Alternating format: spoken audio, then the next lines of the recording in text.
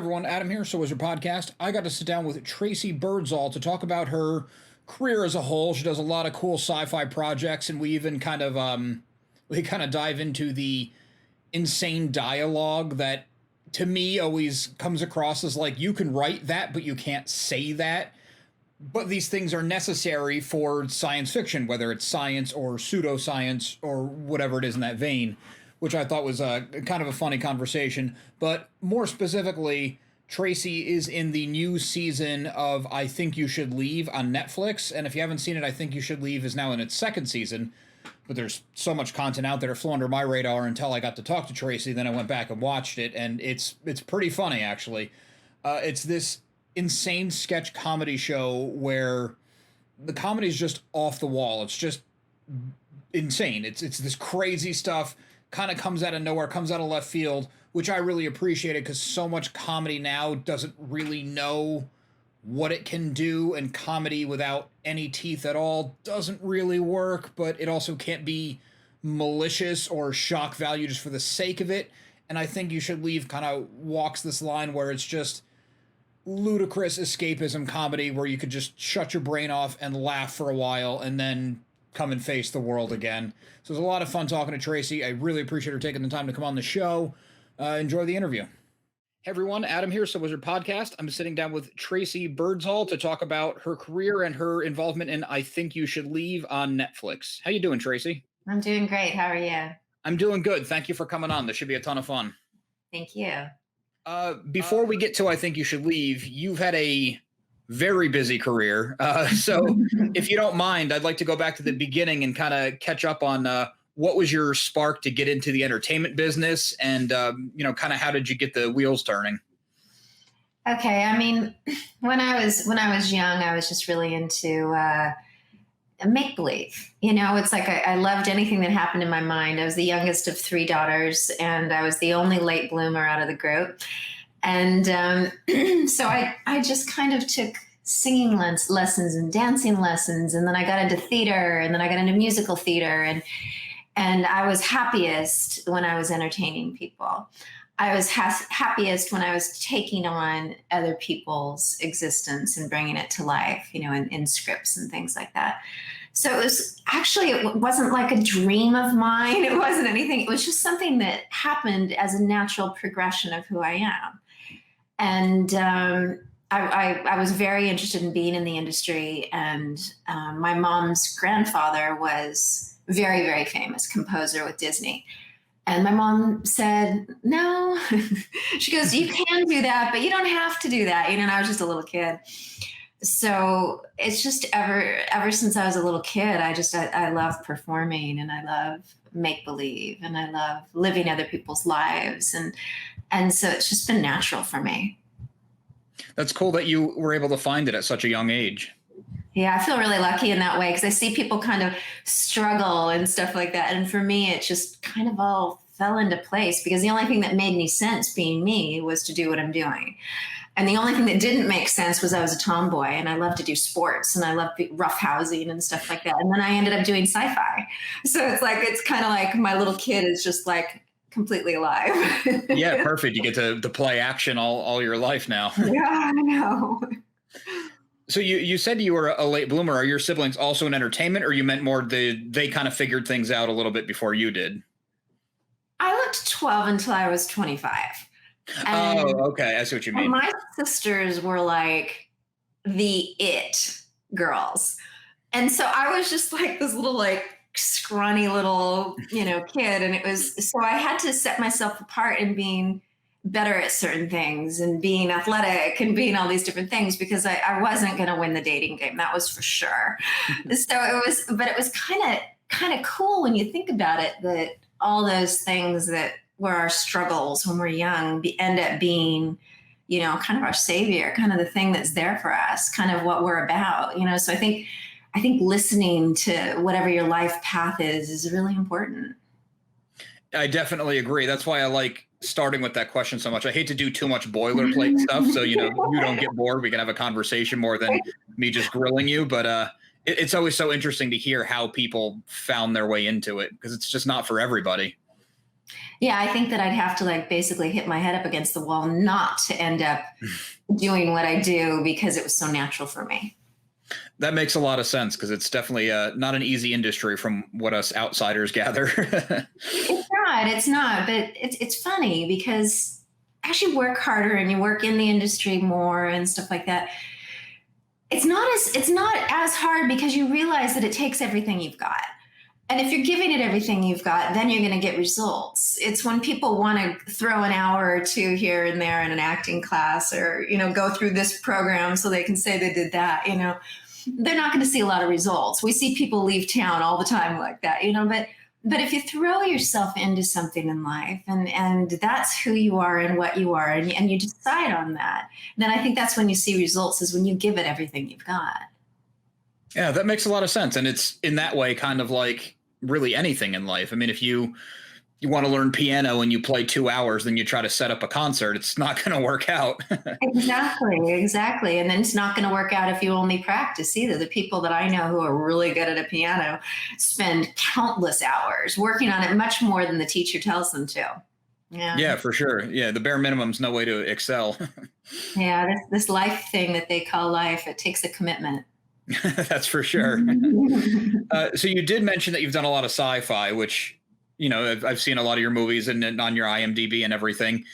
Mm-hmm. Did you also always have an interest in comedy? Because I think You Should Leave is like a very, for people who haven't seen it yet, it's like a very manic, insane comedy. The one that reminded me of the most was a Mr. Show with Bob and Dave. Mm-hmm. The earlier days of HBO, just like that kind of manic insanity where nothing really ties together. I love that it's absurd. It's just absolutely absurd.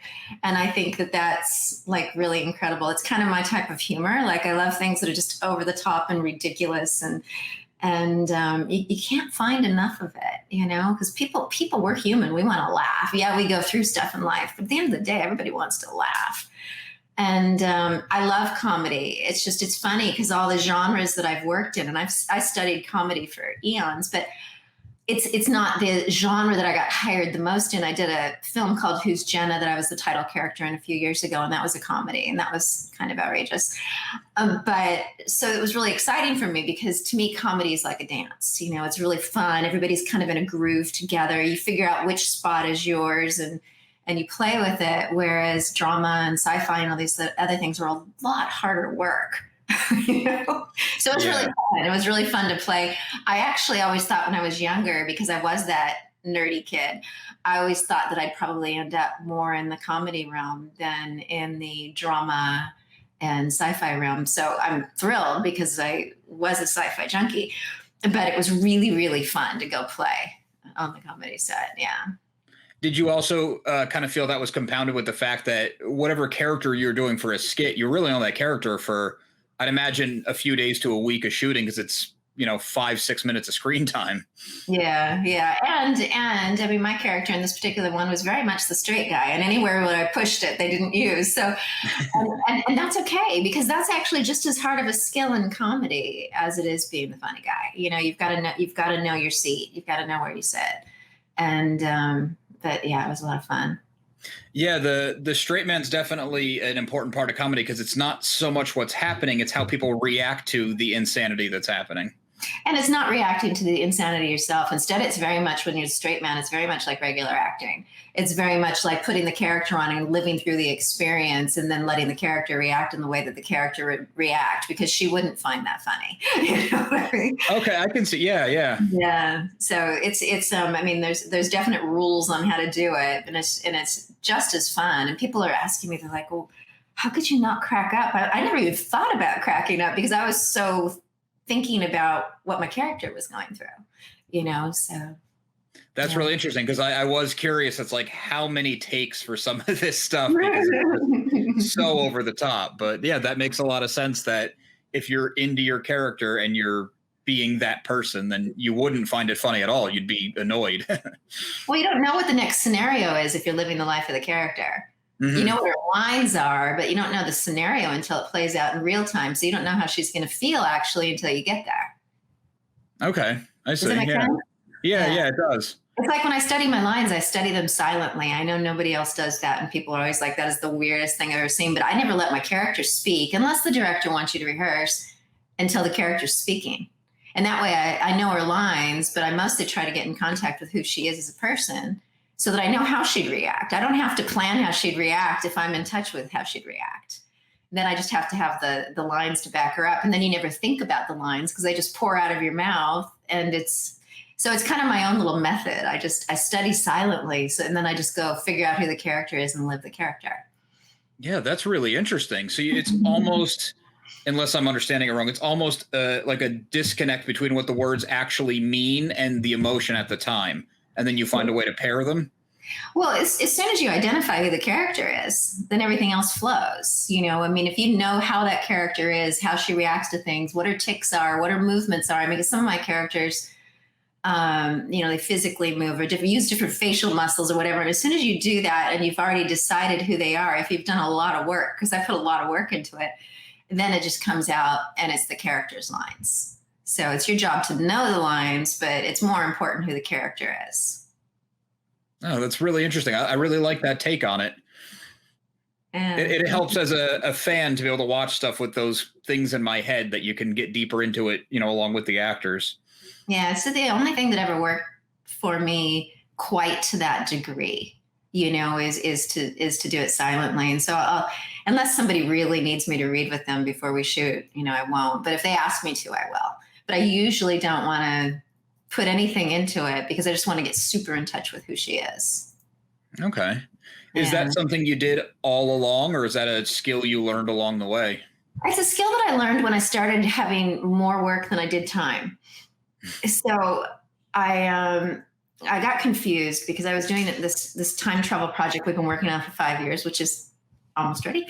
And it gets really complicated because I literally have a notebook where the different characters, because they travel through time and there's different versions of the characters, and they all have different, body tics and facial tics and ways of doing things and ways of talking. And some of them have accents, and I have to actually write it out phonetically so that I didn't mess up and memorize it phonetically.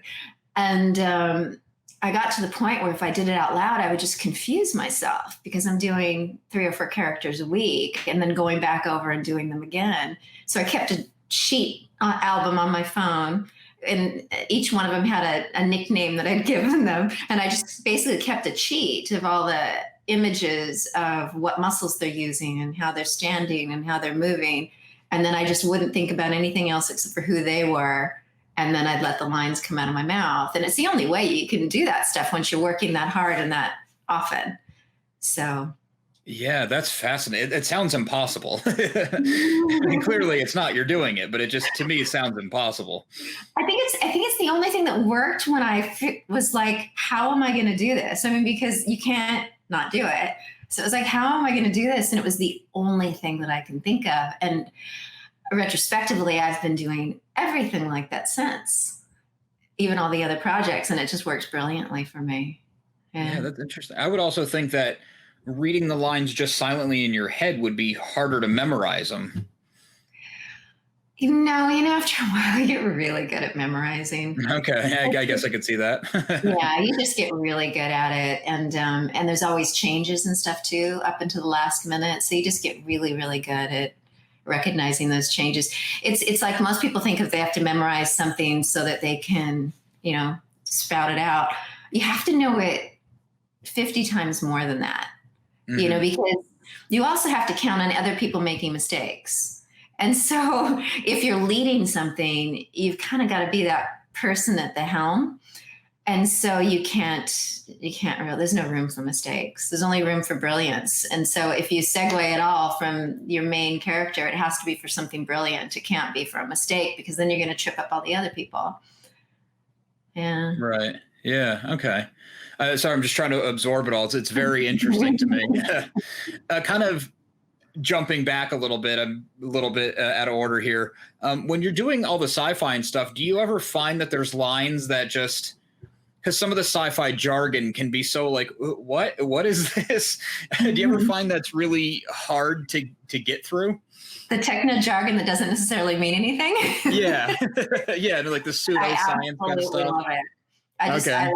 I thrive on it. Yeah. So it's like, no, I was a smart girl in school, and I kind of I kind of have a little thing for Techno Jargon. Yeah, Okay. it's my friend. Yeah. The only person I can't figure out how they do their Techno Jargon is I've been watching, what do you call it?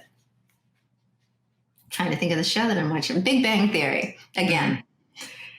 Man, he can do Techno Jargon. It's like, it's kind of like, I mean, he can outdo me by so many times. And it's kind of like a challenge now. I want to do something more complicated and faster after watching that.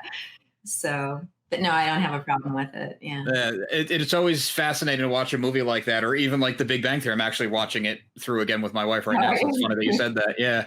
But when they say a line like that, it's like, how many times do you have to practice? How many times you read it? And is it a line that, like, even looking at it written, it might as well be in like Russian or something, because it wouldn't make sense. Yeah. Some of my stuff's like that too. Some of mine makes no sense. And I have to break it down, and then figure out where the pauses would be, because you're not used to speaking like that. Mm-hmm. So you figure all that out, and then you have, where it's natural. And then you almost have to memorize it again. So you memorize it again with all that in mind. And I'll actually break it apart on a page as to the natural forms of speech and stuff like that with the Techno Jargon. Wow. And you're doing all that amidst sci-fi action where you're playing with a lot of special effects and stuff too. Yeah, I like a good challenge. Yeah, I guess so.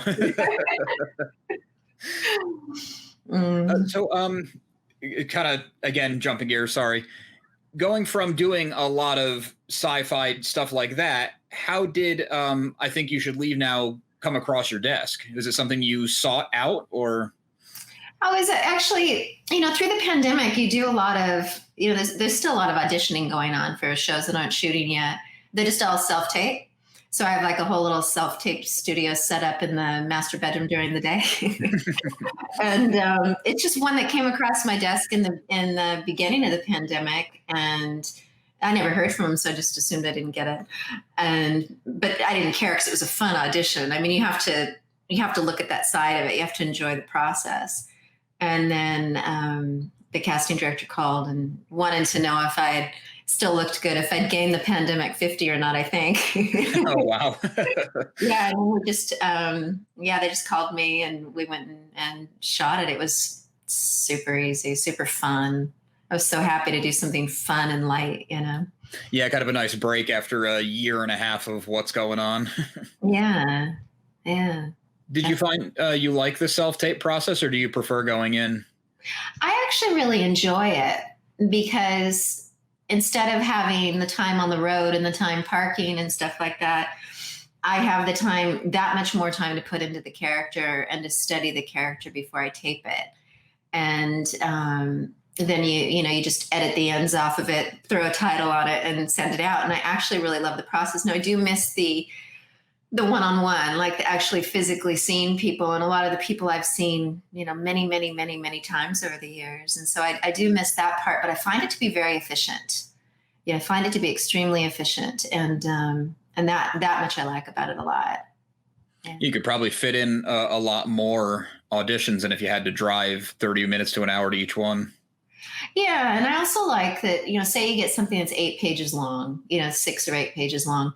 I like the fact that I can get it on an afternoon. I can work on it. And if I can find the character and who she is, because I always have to identify who she is before I tape.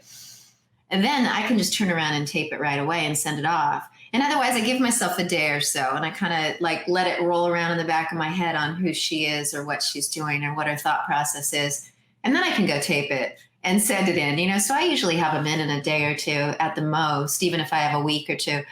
But it gives me that backup position of, I just need a little more time to find this character, because you never want to just throw them out there. You always want to put some thought process into how you would actually tape it. For sure. Yeah. Did you have kind of a learning curve with setting up, camera, mic, editing software, all that kind of thing? I thought I was pretty good at it. I'll tell you. I was pretty pleased with my skills. Looking back on it, they weren't as good as I thought. So I actually signed up for a class, something casting, Monroe, or anyway, it's a cast director in the UK who does a self-tape class, and it's 21 days of crash course.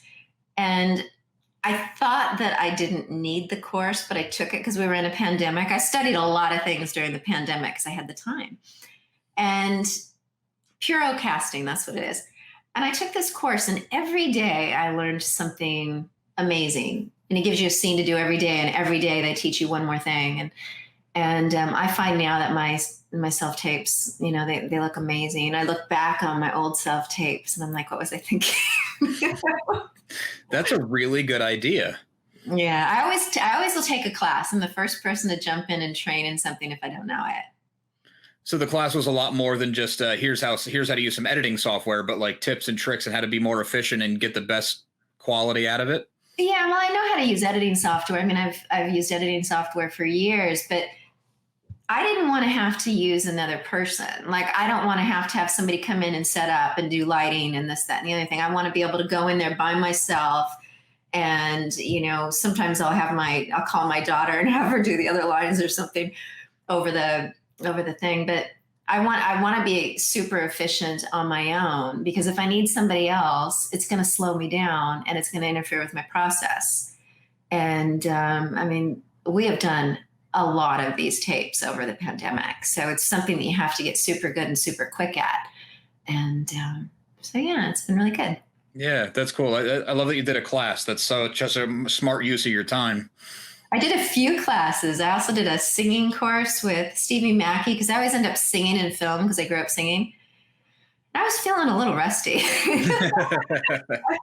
But it doesn't matter if you feel rusty, you still have to do it. So I hadn't really trained my voice in a really long time. And so I did that for, I think it was 30 days also.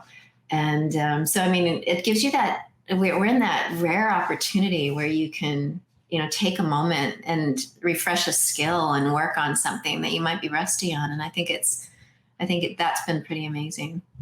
Yeah, as horrible as it was in so many ways, it is nice to find the silver linings like that, and the time you could take on new skills and learn things and get your professional career forward, even if it's somewhat at a standstill because of the pandemic.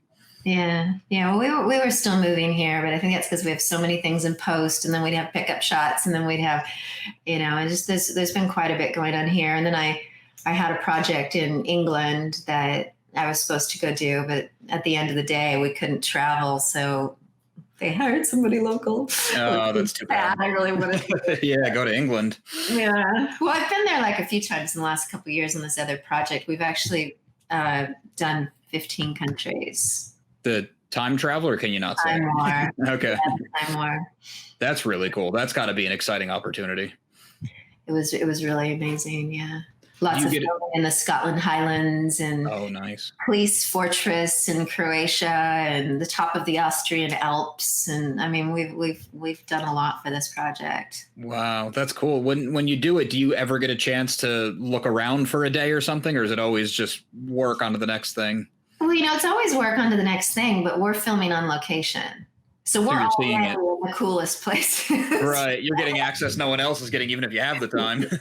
Yeah. I mean, we're up at Isle of Skye. We're waiting for the sheep to move so that we can shoot. It's the real thing. We're getting hailed on in windstorms and the whole 9 yards. We shot in Canada and it was below zero.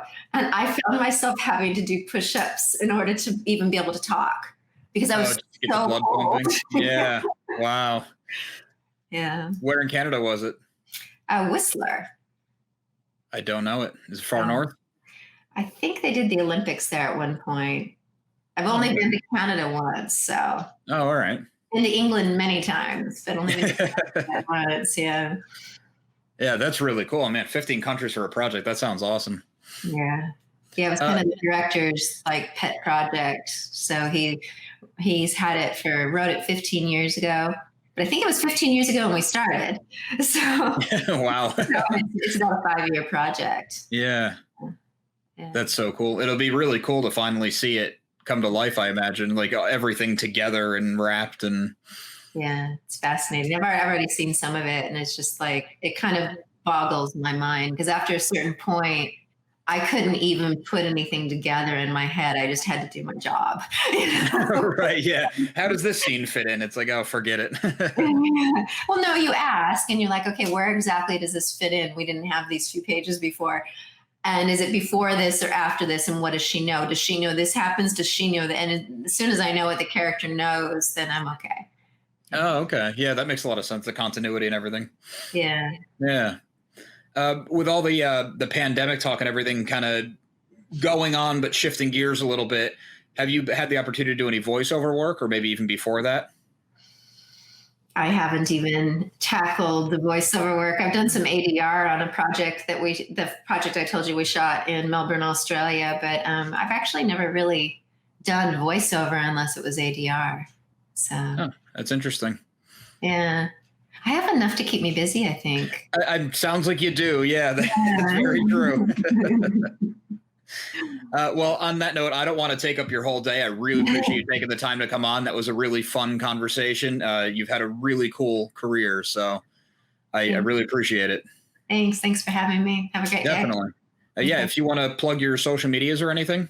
Sure. Kind of the hub of it all is TraceyBirdsall.com.